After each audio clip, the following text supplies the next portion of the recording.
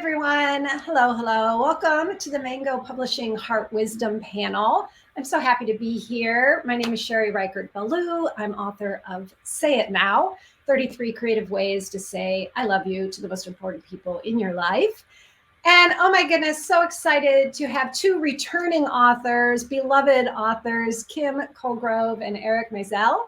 And I will have you both do some introductions in a moment. But today we are going to be talking about the art of healing emotional trauma. And it's a big topic. It's a very timely topic.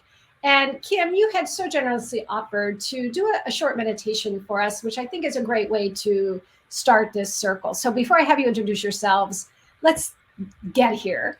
Okay, let's do that. Yeah. So I would invite anybody who has tuned in or hears the replay later to close your eyes down if you can, close your eyes down, or maybe, find something to stare at, to kind of gaze at gently.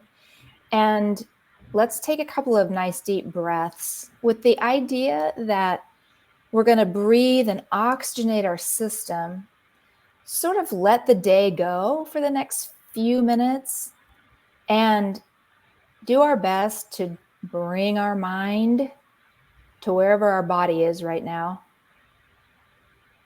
And we'll use this breath to just get present, be here, get checked in. And a great way to really check in is to continue to breathe, maybe just a little deeper than you normally breathe. Slow that breathing down and just become aware of your body. If you're sitting, maybe you notice where your body is in contact with the chair. If you're standing, maybe you notice where your feet are in contact with the floor. Maybe kind of allow your mind to wander around your body a little bit. Notice if you feel any sensations. Just doing our best to bring ourselves into this moment in time, right here, right now.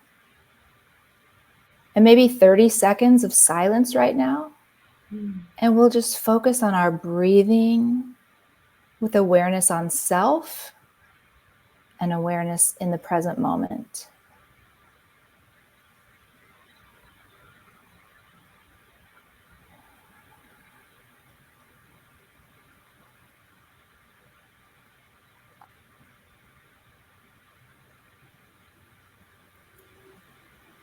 And I sometimes find it helpful as I endeavor to relax and sink into the moment, to relax the muscles of my face, to relax my eyes and my eyelids.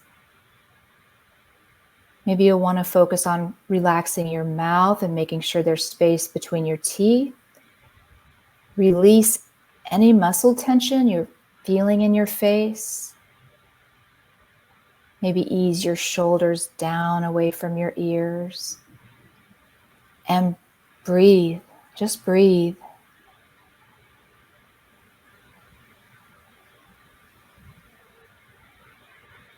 And take your time here. And when you feel ready, you can open your eyes back up and come on back, and let's all be tapped in, tuned in here together. Oh, Kim, thank you for that. While we had our eyes closed, we had a special guest pop in. Brenda. Looky there. Hi, everybody. Oh, Brenda, I hope you caught some of that beautiful meditation that Kim just led us through. That was amazing, Kim. And I think so powerful to see. That must have been probably 2 minutes or 3 minutes at the most. And how wonderful that was, right? How wonderful for the system. Yeah, so thank you. So I promised that I would have our authors introduce themselves. And Kim, we'll start with you. You have your revised issue of Mindfulness Warriors. I know you've got it there to hold up. I do. Yay! So the Mindfulness for Warriors Handbook. And I'm really, really excited. And this has been released under the program called Books That Save Lives. I'm really, really excited about this re-release. And it also has a little bit of new content Yeah. Right. So I was just about to say, even if somebody has read the previous version, I really loved seeing the new version and seeing what you had added, all the different resources that you've added.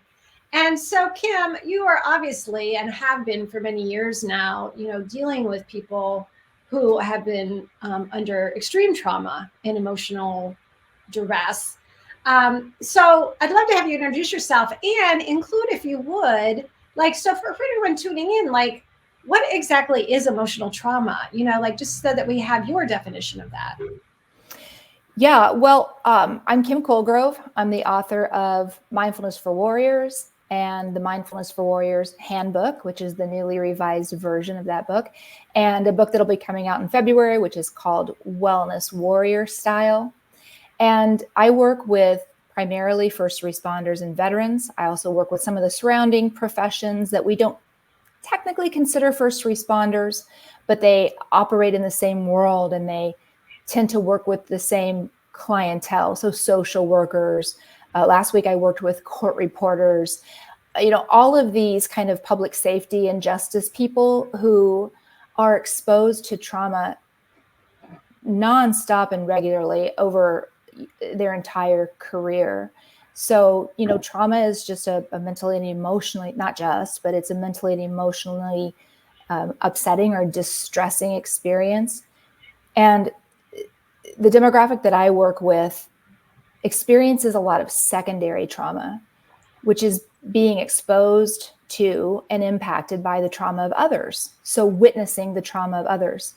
And I always try and explain to them, because I think it's important for all of us to know, and especially for all of us right now who are watching what's happening in the world, our brains can't discern between a trauma we experience and a trauma that we witness or observe.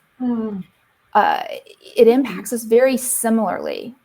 So in the demographic that I work with first responders, veterans, and others, they have a lot of the post-traumatic stress syndrome or post-traumatic stress symptoms, but it confuses them because the things didn't happen to them.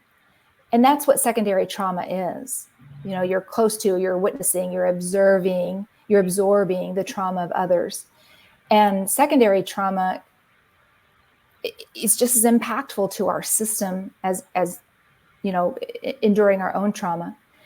And then what I find a lot in my line of work is people who do these jobs over the course of a 20, 25, 30-year career, and they sometimes develop vicarious trauma, which is that prolonged exposure to the trauma of others that creates distress for the individual and changes their worldview. And vicarious trauma just really gives me a heavy heart, because I meet people who used to view the world as a fairly safe and positive place. And now they view the world as dark and dangerous and scary. And that prolonged exposure to the trauma of others has changed their worldview. And so for people listening, I just want to, and I'll wrap it up in just a second, but I just want to give people permission to feel lousy right now and to feel sad and to understand, if you're watching news or if you're listening to things and you're observing the pain and the suffering, struggling of others, and you're viewing disasters and death and that, but you live in a safe place and you have everything you need, it still might impact you mentally and emotionally. And that's okay. Become aware of it and to develop some tools to deal with it and bring some balance to yourself will be very helpful, so that you don't eventually slip into that vicarious trauma where you start to think the world is just a disaster and just dark and evil. Yeah. So, and I think that's what all of us here are trying to do, is just give people some hope and some tools, but also make it okay for people to not feel good when things are in the condition they're in. Kim, thank you so much. I mean, starting us off both with the meditation and also this beautiful permission, right? Permission to feel, permission to understand maybe a little bit. because the whole time you were talking about vicarious trauma, I was thinking, right, we're watching all day long, sometimes even if we don't mean to, we see the news. So I know we'll go more deeply into this, but thank you for that beautiful introduction. And Eric, I know you have many, many books. You just most recently, Why Smart People Hurt. And is that also a revised book? It is indeed. It's in the Books That Save Lives lane as Why Smart, Creative, and Highly Sensitive People Hurt. That's its new name. And it has a new introduction by a pal of mine, a psychiatrist named Anna Yusum. And it has a big resource section. So it's a new big deal coming down the lane. I don't have it. I have the original to show. I don't have the new one to show. Aha, yes. So that's that. In terms of introducing myself, I have a lot of interests. I've done 50 or 60 books in a variety of topics. Right now, the things that interest me are the updating the authoritarian personality ideas that were prevalent in the 1950s, 1960s, coming out of the University of California, Berkeley. Adorno is the name associated with the authoritarian personality literature. But that was primarily about politics. The questions they were trying to answer were questions around why did people follow Hitler? Not who Hitler was, but who were Hitler's followers. They were trying to figure out the authoritarian follower, but in the political arena. What's always interested me, really since I was a kid, were authoritarians in the family. That is, bullies in the family. And that's my next book with Mango. It's a book called Parents Who Bully. Wow. And I was interested in this even as a 5-year-old or as a 6-year-old. I grew up without a dad, which I loved, because I thought that the dads of my friends were to a person a bully. And if the lives of my friends would change, we were 6, 7, 8, 9, 10 years old. The lives of my friends would change when the dads came home from work. We'd be smiling and running around, playing ball in the streets or whatever, riding our bicycles, happy-go-lucky, and that would all end when the dads came home. By the way, this is not to say that only dads bully. Right. In my primary research, I've done a lot of research on this. I had an authoritarian wound questionnaire out in cyberspace for a long time. And interestingly, half the respondents would say it would be the mom who was the bully, and half would say it was the dad who was the bully. So this is not gender specific. The bullies come in both forms. But at any rate, in my experience, it was the dads who were bullies.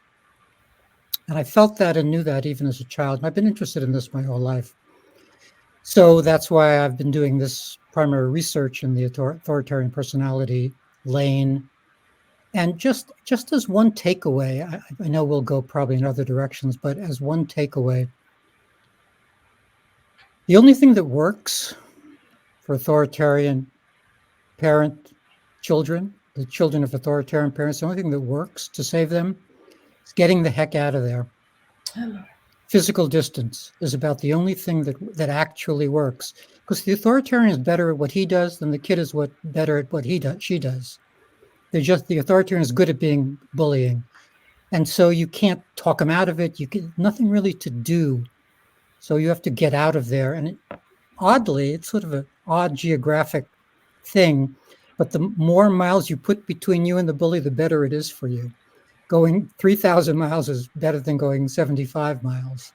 So this is just one piece of the puzzle of how to deal with the trauma of being raised by an authoritarian parent. That's one part of the puzzle. To leap somewhere else for a second, I've done lots of books in the area of creativity, the creative life, the issues of creative and performing artists, creativity and depression, creativity and anxiety, creativity and addiction, all the stuff that comes up for creative people.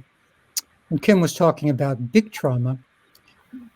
What I've noticed is that it's not the size of the event that makes it a trauma, it's how it's received.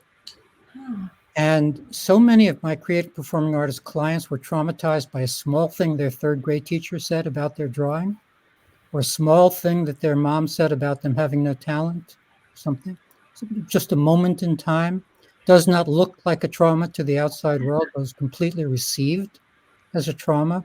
still is traumatizing and still is triggered by the thoughts that the person as an adult is still having. So that's just kind of an aside that huge things are happening in the world that are traumatic, but in our everyday lives, small things can be traumatic. They don't look big to the outside world, but they affect us a lot. Wow, thank you. I feel like both of you have already taken us to such great depths with this, right? Because so many places where people may not feel like they have permission to feel. And you guys have both offered these different areas of like, hey, this may not be visible to the outer world even. And so I'm really grateful and excited to see like how we can dig a little deeper with these. Before we do so, though, I want to say hi to Brenda, publisher at Mango. Hi, Brenda. Hello. Yeah, and you know what's so funny is that I had suggested this pairing of Kim and Eric because like they're the debut books and the books that save lives imprint.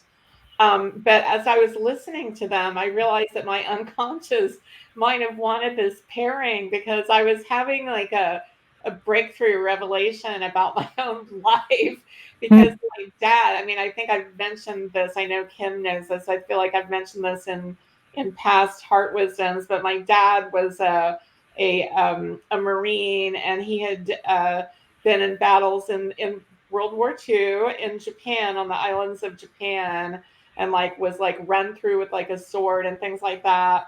And like, but he survived, and then he came home and like, started the family with my mom.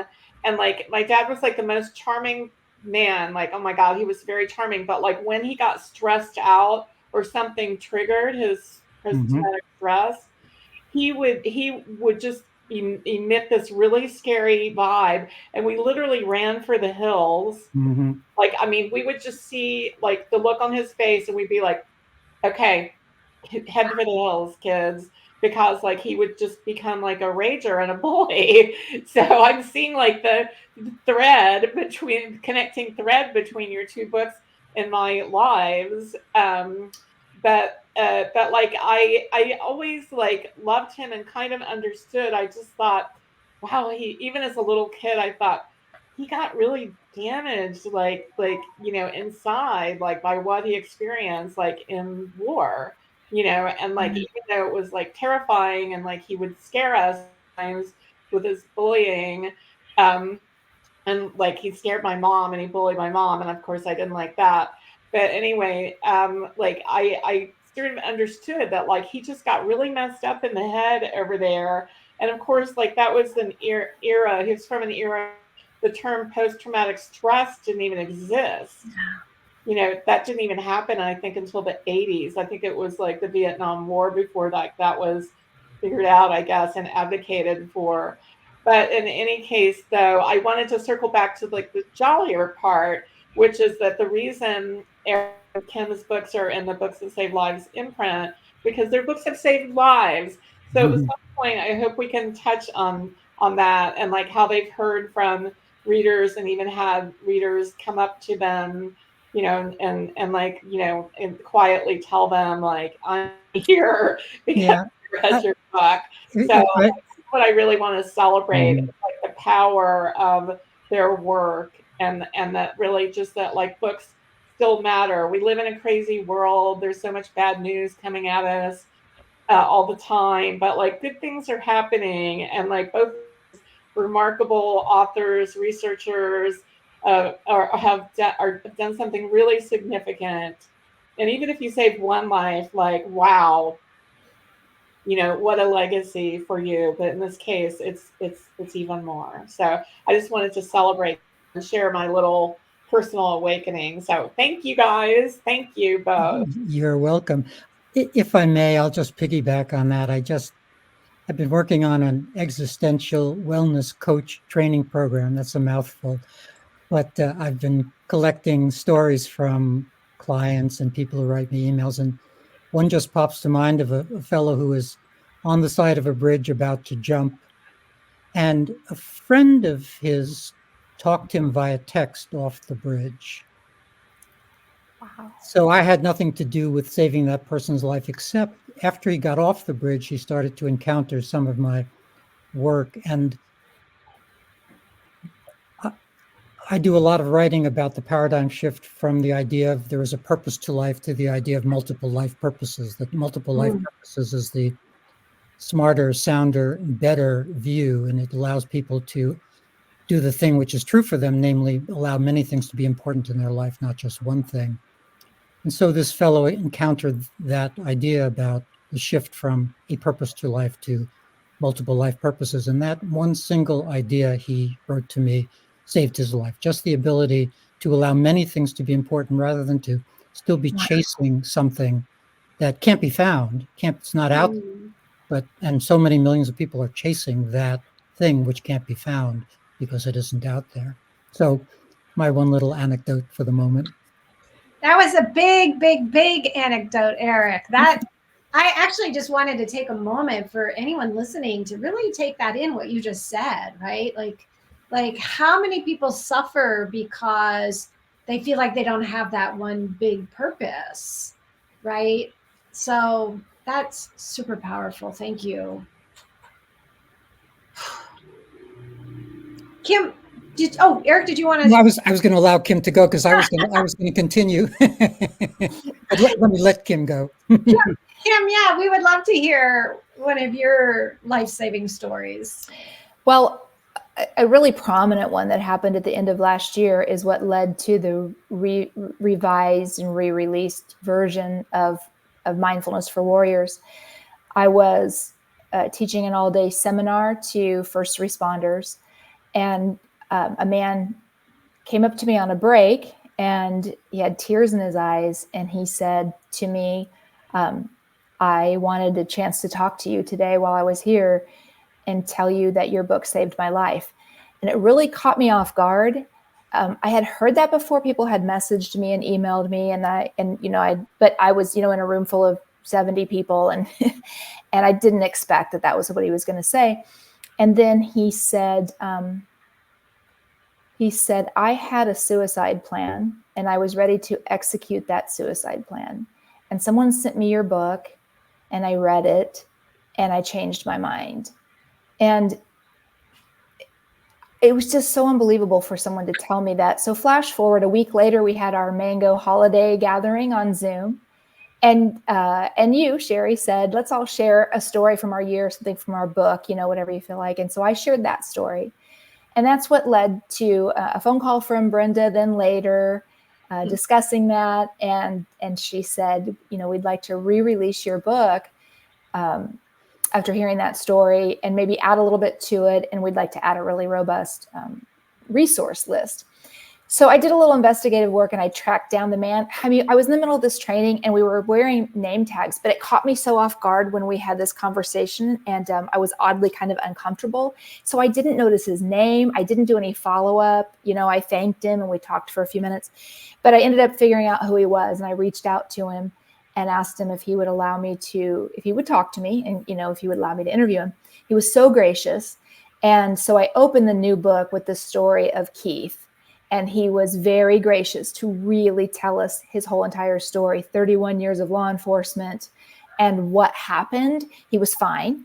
And then one particular investigation he worked on was the downfall of everything. He said he couldn't understand why he had been able to handle so much in his life. And then suddenly this one investigation, he found himself crying all the time and he couldn't sleep, and he started drinking himself to sleep, and he shares the whole story.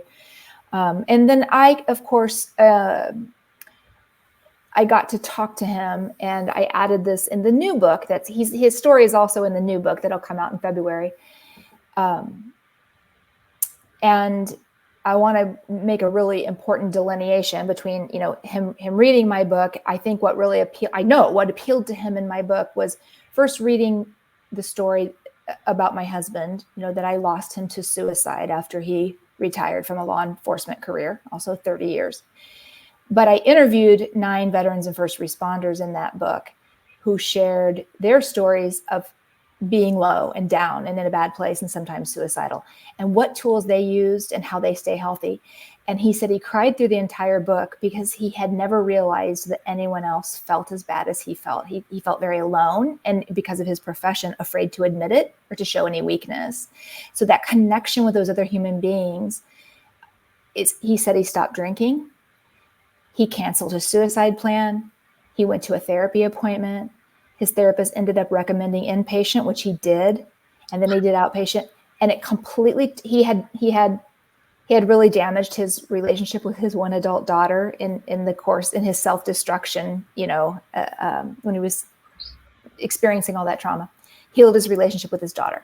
So I was able to communicate to him, and I said in the book, I appreciate your kind words about my book, but my book didn't save your life. What saved your life was your willingness to do the work, to be open and to face how you were feeling and to do that work, because it's not easy in the beginning. And anyway, I'm just really grateful for this opportunity. I'm grateful that story led to this. I'm grateful that Keith is still with us, because he's retired now and he does a lot of volunteer work and he's still kind of trying to find his path. But gosh, it's a big deal.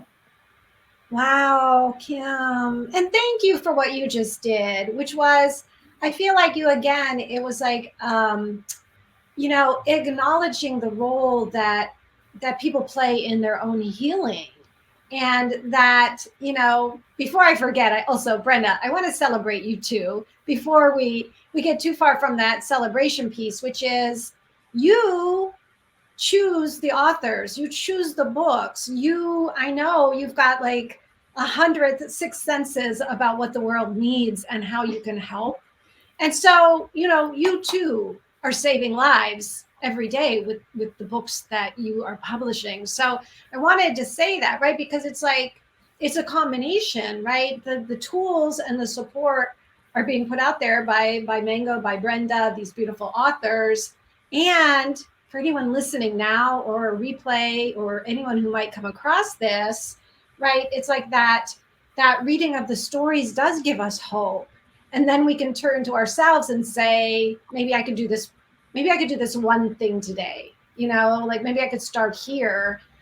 And I think that's so important, especially when I was looking at this topic today. And I've been talking to a lot of people over the last few weeks about all kinds of just emotions and trauma and sorrow and grief and pain. And the world needs to know that there are tools out there, and that there are people willing to listen. And so I just want to say thank you again. And you kind of opened all that up again, Kim. So there's so many places we've been saying that we could go with these topics. I know both Kim and Eric have brought things that are sort of like at the top of your minds. Kim, do you want to talk a little bit more? I think it would be helpful for people to hear about the vicarious trauma, the secondary trauma, and what does that mean to the man on the street, like any of us who might feel like, well, look at me, I'm perfectly safe where I am. Like, how do we take steps toward the trauma that's inside of us around the world events? Well, I think, first of all, it's important to acknowledge what you're feeling, acknowledge what you're experiencing. And so, for example, with Keith, there was no admit that he was feeling bad or low. And to him, to admit to anybody that he was feeling sad or upset or traumatized, to him that equated with weakness. So I think it's just first allowing yourself the permission, and then allowing yourself to feel what you're actually feeling. And then really the only thing that we can do is work to develop habits and patterns. And of course, I'm a huge proponent of therapy and talk therapy and any intervention that works for you. Of course, I work with a lot of people who had to go into inpatient extended kind of that deeper therapy. Some of them had addictions they were dealing with and things like that, caused by the years of trauma, or exacerbated by the years of exposure to trauma. But I really do think that being open to tools and skills and practices and habits that help us manage our internal landscape, to help us keep balance. Because I talk to a lot of people and I feel like this sometimes. like there's almost this guilt that, you know, I have everything I need and I'm safe and my kids are safe and this and that, while all that terrible stuff is happening to other people. And so, you know, it's not helping them for us to get caught up in that and just withdrawing and you know, feeling bad and then succumbing to that vicarious trauma, which is, well, the world is just a dark and evil place. So yeah, it's when you feel really bad, sometimes it's hard to do the work, or it's hard to develop a new habit, or it's hard to develop those personal practices that'll help you. But boy, it sure is worth the effort. Let me piggyback a little bit and maybe go sideways a little bit. There's a lot of interest nowadays in what's called moral trauma. That is doing things that are against your set of beliefs, your own principles, like fighting in a war that you don't believe in, for instance. Huh. And what's interesting about post-traumatic stress disorder is that it may be a sign of your moral strength. That is, that it upsets you to kill people. It's odd that we think what's normal is we should come back from war having killed people and have no regrets about that. That's normal, is to have no conscience. That we're labeling that as good. Having no regrets, no conscience is a good thing. So I think there's a place to go with folks who are experiencing that kind of trauma to help them understand that they may have violated their own principles, which feels bad. We feel guilty about violating our own principles, but that happens. And we have to find our ways of forgiving ourselves, even though it's kind of unforgivable in some ways. But we have to find our ways of forgiving ourselves and to almost consider it honorable to have PTSD in a certain sense, honorable, that it reflects that we encountered things that were not okay, and we're not okay with having encountered them.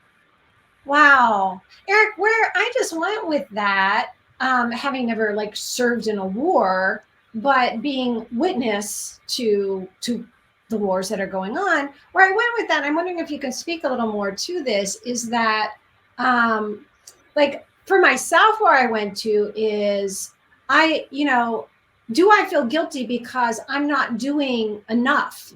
I'm not doing maybe what I could be doing to stop, some of the horrors of the world. Sure. Well, I think that's true. I think that even if we do X, Y, and Z, we're still upset that we're not doing A, B, and C. It's like there's nothing that is enough. There's the idea of putting the world on your shoulders. Well, that's a pretty heavy weight, and it's good that we think that way. I think it's good that we think that we're putting the world on our shoulders because someone has to keep civilization afloat. But once you do that, when you put the world on your shoulders, that's a very heavy weight. And maybe that connects to something I was going to chat about, just about the idea of thinking thoughts that serve, which is an idea different from thinking true thoughts or false thoughts, because many true thoughts don't serve us to be thinking unless there's an action step connected to them. For instance, if you have the thought, there's a lot of misery in the world, that's a completely true thought. It's a fact. There's a lot of misery in the world, but that doesn't help us to be thinking that thought unless it propels us to do something, unless there's an action step afterwards. But if there's no action step, then we're just making our own misery by thinking that thought. And it's better not to think it than to be thinking it. So just to piggyback on what you were saying, I think that connects up that people, even if they do A, they're still upset that they're not getting B done. And I think that connects to what I was saying before about the idea of multiple life purposes. Let's say that one of your life purposes is to write your novel, and you're doing that. Okay, you get your check mark, but let's say it's another of your life purposes to have a hard conversation with your son about his drinking, and you didn't have that hard conversation. Well, then you get your check mark for working on your novel, but you're still feeling guilty for not having had that conversation with your son. So it's hard to win. It's hard to get to all of our life purposes. I think we're all a little bit burdened by this inability to do all of the things we intend to do. That's so interesting, Eric, because I think most people have an idea that they're supposed to have one grand life purpose, and you're here to discover that one grand life purpose. But you soften that by saying, one of your life purposes might be to address your son's drinking or help him through it or whatever that might be. That, to me, that feels like that would really let a lot of people off the hook. That's right. Of chasing this grandiose, because they see someone like, Oprah or whoever they see that has this grand purpose, and then they don't feel good about themselves because they haven't discovered theirs. That's right. I feel it inside of me as you say that, like, oh gosh, yeah, all my other purposes besides working with these people that I work with and doing my best to help educate them and help them feel supported. Yeah, I'm a mom and a grandma. There's a lot of other. Yeah, interesting. And it's hard to stay organized around our life purposes. That's why I'm currently actually working on building an existential life organization app, so that people can do that work of keeping track of, not just keeping track of their errands and responsibilities and this and that, but keeping track of their life purposes. So it's been interesting. Can you say more about that? Say again? Can you say more about that? That's interesting. Sure. Let's say you have your menu or list of life purposes. Let's say you did that work of identifying the 3 or 6 or 9 important things to you. Well, now you have to get that onto your daily to-do list somehow. And so you would need something like a 30-second life purposes morning check-in of some sort, so that you even remembered what's important to you. Yeah. And where those things go. And some of our life purposes are kind of intermittent. Like, let's say our daughter's off to college. Maybe it's important that we be in touch with her, but we don't want to pester her every day with checking in and what have you. So that's the every 7-day check-in on your life organization app. So it's a way of organizing the important things in a daily and also in a regular way. Some things are not daily things. Some things will be intermittent, but also regular. That's the idea. And also there's the idea of relaxation and sort of meaning neutral. That is, to identify those times of the day where we don't have to pester ourselves about doing the next right thing or living our life purposes. Once you get this idea of life purposes, then you also understand there can be other parts of life where you're not living your life purposes, where you just get to relax, and you can relax guilt-free. So I think it helps with ease and anxiety and relaxation, as well as helping with purpose. Eric, what I love about that is one of the things that jumped out at me when I was reading your book is there was just a small section, but I really loved it, on sitting on a park bench, and the idea of giving ourselves time. And Brenda, I hope you're listening to this right now, because I want this to be your assignment, which is that like consciously giving ourselves time for being, just purely being. And I know that many of us, when we make those life purposes lists, we may forget that part of, this is going to be my own projection here, but I think part of why we're all here is to be here, like really to be present on this earth. Mm-hmm. And that takes practice, especially in the world we live in. So I love that you had brought that into your book. I don't know if you want to say anything more about I do actually, if I have the chance to continue. Just like there is a paradigm shift to be made from the idea of one life purpose to the idea of multiple life purposes, there's another important paradigm shift to be made from the idea of seeking meaning to making meaning. Seeking meaning is a many thousand-year-old metaphor that's gotten us into trouble, because meaning isn't out there either.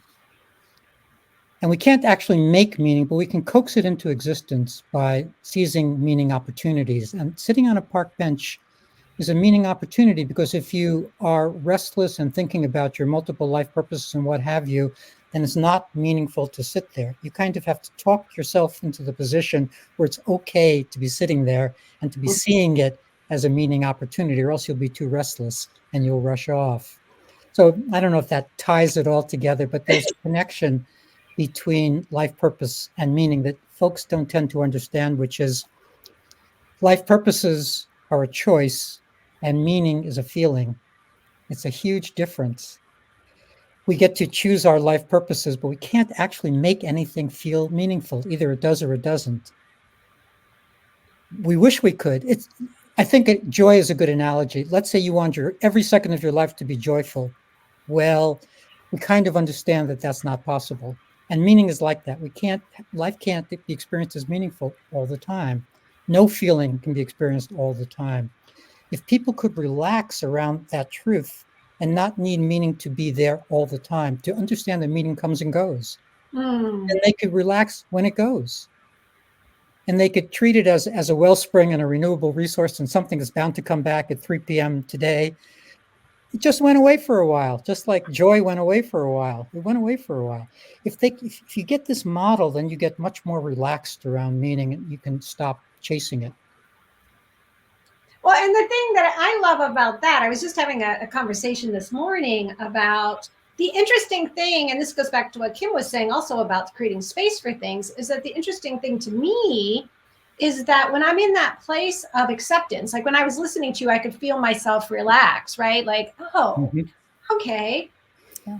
But then there's a quiet joy to me that encircles everything about that acceptance. So boom, the meaning came right back in, right? When I accepted the no meaningness, which. Yep. I think that's exactly right. I think that's interesting and exactly right. That's how you acquire meaning, by letting go of it. Yep. Yeah. Okay, everybody pause. Say that again. You acquire meaning by letting go of it. Yes. Wow. And just, I know, Kim, it's sort of your turn in terms of turns, but No. let me just say the following thing, and that is, I use this analogy in my own mind all the time, and that is, D-Day is a big event in my mental compass. I think that's one of those things that was really important to get D-Day right. And in the days before D-Day, we do not care if Eisenhower thinks that it's a meaningful enterprise or if he's joyful or if anything. We just need him to get the job done. We need him to do that work. And I think, Kim, I think you were saying that in another way, in another context, about folks need to do the work in order to acquire the outcomes that they want.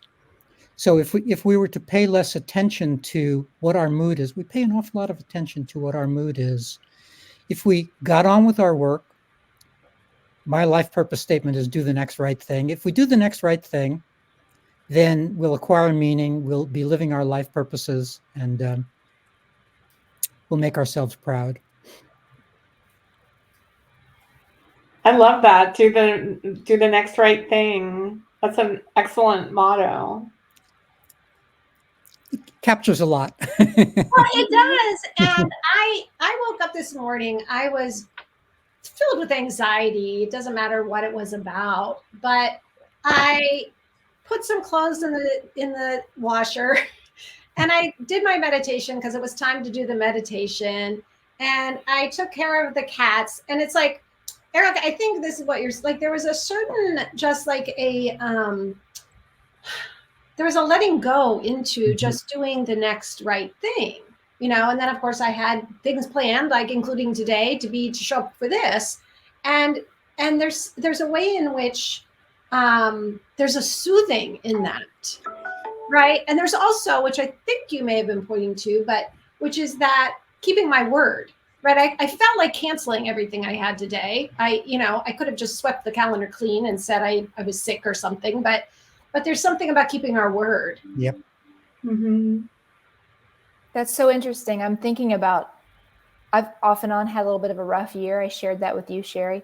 And I was talking to one of my friends and I was saying, so tired of feeling like this. You know, I can't seem to get myself completely up out of this slump that I can't even really define, or I can't point to an origin of it. And she said, well, for now it's carry wood, chop water, carry wood, chop water. And as you guys were talking and I was thinking about her saying that, because I thought, well, you have to keep putting one foot in front of the other. I own a business and, things. But then what happens if you do just carry wood and chop water? I think all of a sudden you'll have a realization there's meaning in just carrying water and chopping wood. So that's what my mind was putting together, my own personal experience of, when I'm not feeling great and I want to just keep questioning that, that the existential crisis, why am I even here? That Sometimes just do the things, do the work, do what's in front of you, do the right next thing. Interesting. Gosh, couldn't we just all give ourselves a big break? Yeah, and Kim, what I want to say to you, because I'm also definitely need to hear this myself, which is when we were speaking before we went live today, and we were both talking about these hard times that we've gone through, there's such meaning in that. And I think for me, I often forget that, but certainly, and when I heard you just say it right now, and I thought there are people out there who they just needed to hear that someone as successful and confident and beautiful and wise as Kim Colegrove goes through hard times too, right? And I think we forget how important that is, you know? Oh So my gosh. Yes. I mean, I can tell you, I've witnessed that with so many people that I've encountered and worked with, is everyone else seems to be doing okay. Everyone else, as they look around. And my own husband fell victim to this in his profession. You know, he didn't want anyone to know that he had ever had anxiety or anything. But the people who look around and they say, well, everyone else can handle this. Everyone else looks okay. And I've said to so many people, no, they're feeling a lot like you feel. They just go to work and don't tell anyone either. So you're all thinking you're all doing okay and that everyone's doing better than you.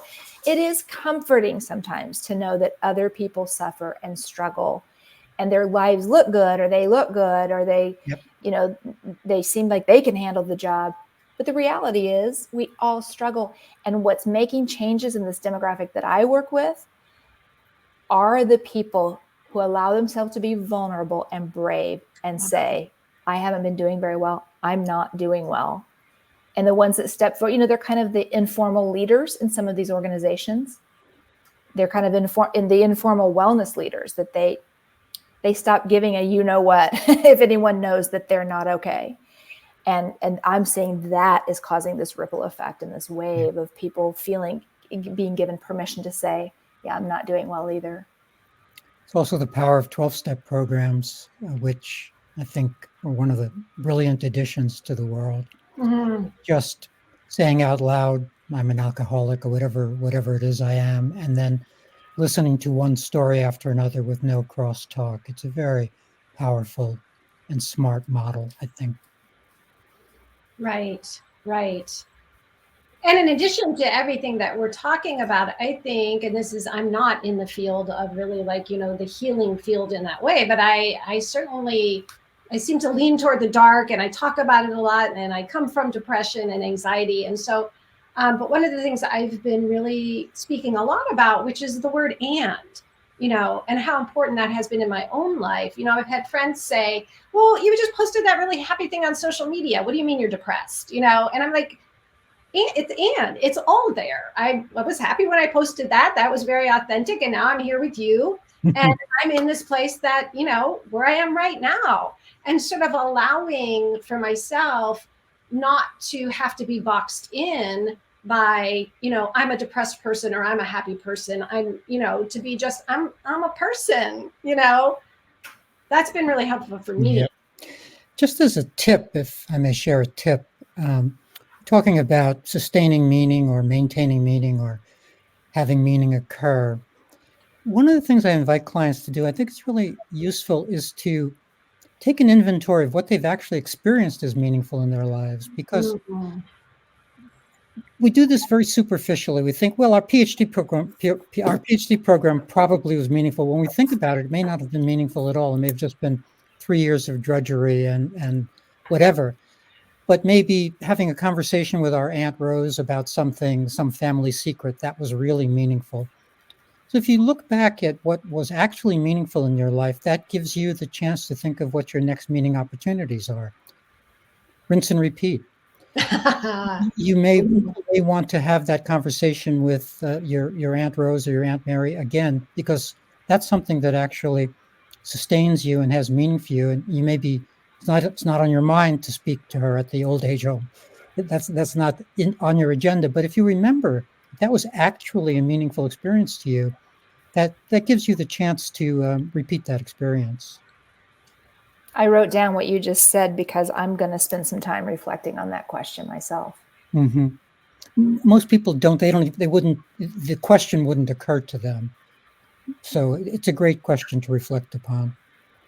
It's a great question. Also, your simple imperative rinse and repeat is hugely important, right? So it's not, to me, it's not just the reflecting on what has been meaningful, but it's been taking that and saying, oh, okay. Again, not that we can recreate it exactly, but like what you said, like, oh, I find that when I'm in a really honest conversation with someone that I really care about, I feel more meaning.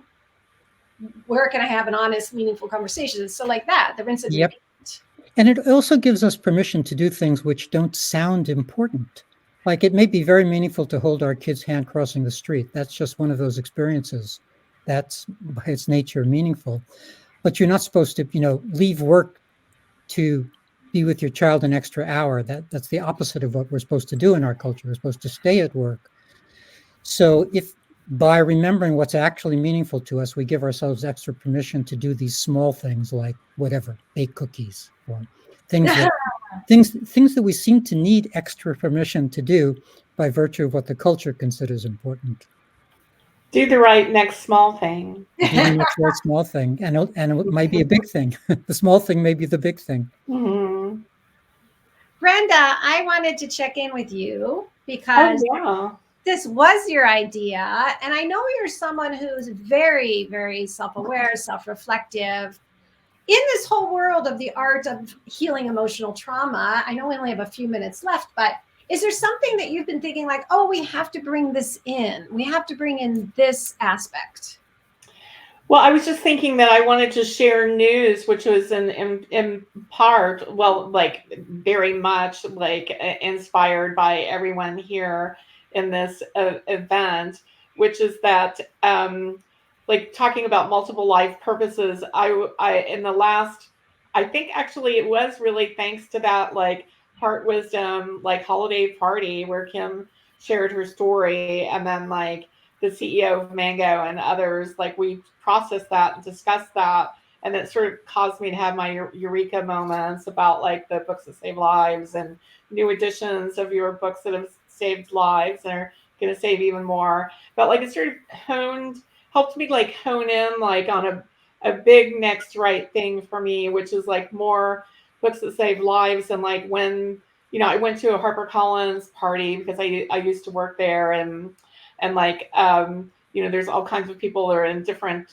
publishers and still in publishing and have moved on, and like they would say like, well, what are you up to, what are you doing? And I was able to say like, well, at this point, like I'm really focused in on books that are going to help people profoundly, even like save their lives. And so it is like a mindfulness I carry with me all the time, like what is that next big right book? And so I wanted to say that like I acquired a book. Actually, I'm writing the contract for it today after this meeting, which I just now connected that dot of how serendipitous that is. But like I acquired a book that is a suicide prevention guide. Be warned, I'm going to come to all of you for endorsements and things like that for it.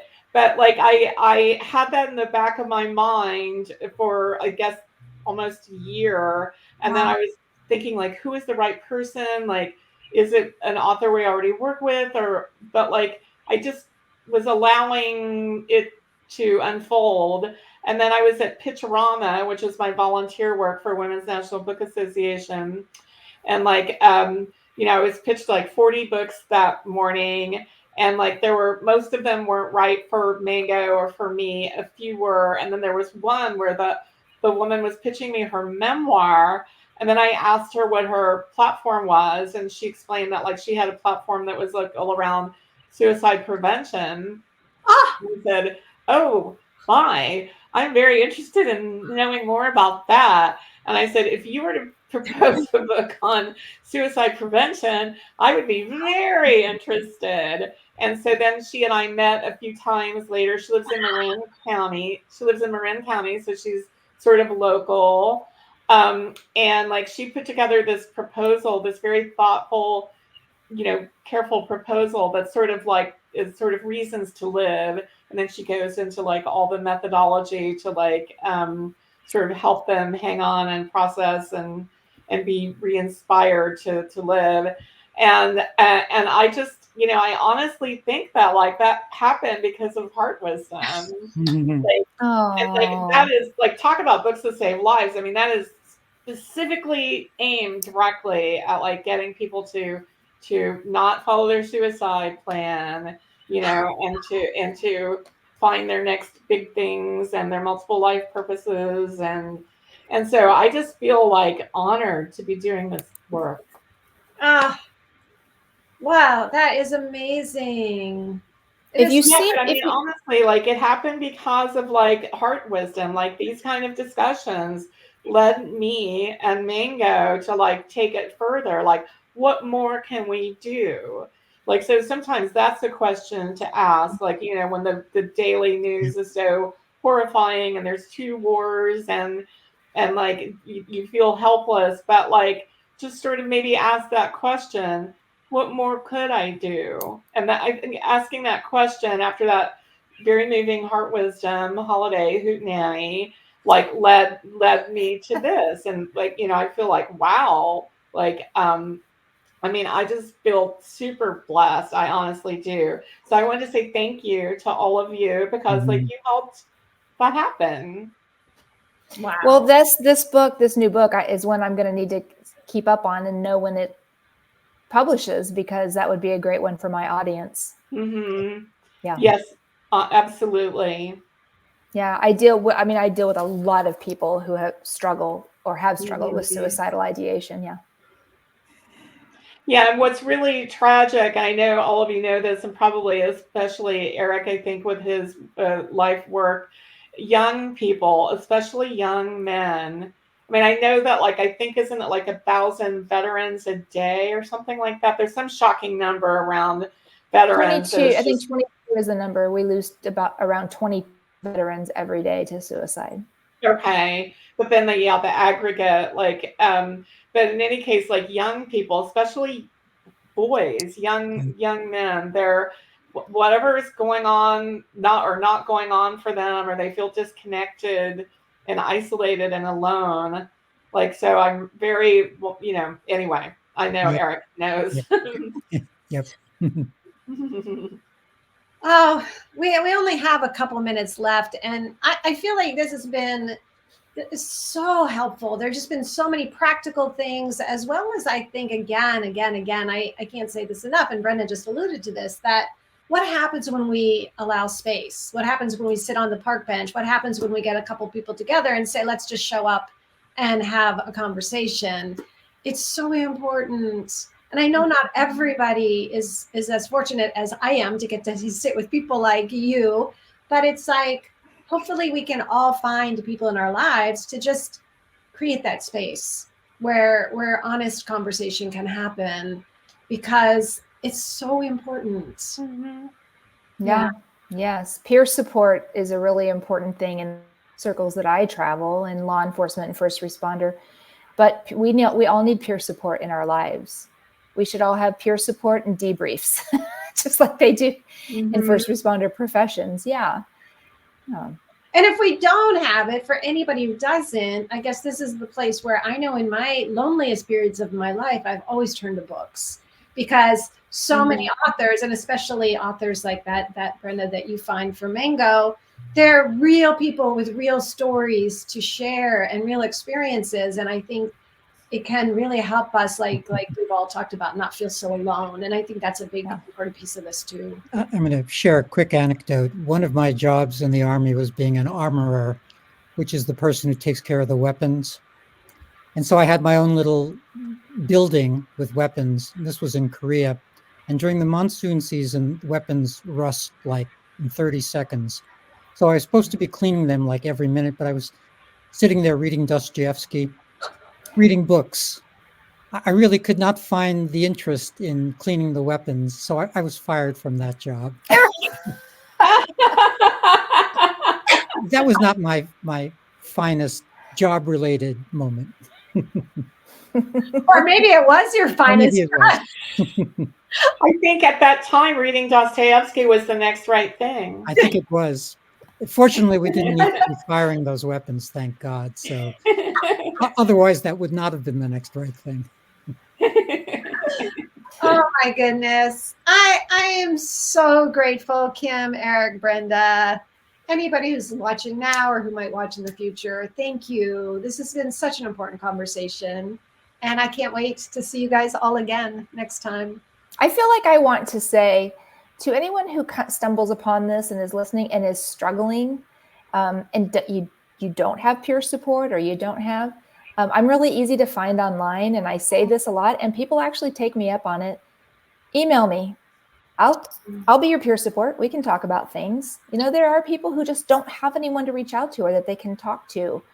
And so I'm easy to find. You can find me and email me. I'll be happy to talk to you. Colegrove with an E. Kim Colegrove with an E. COLEGROVE. Yes. You need an arrow. Like, it gets misspelled regularly. And then some people call me Cosgrove. So it gets really messed up. Oh, Sherry, thank you so much. Thank you all. Thank you. Thank you. Bye, everyone. All. Bye-bye.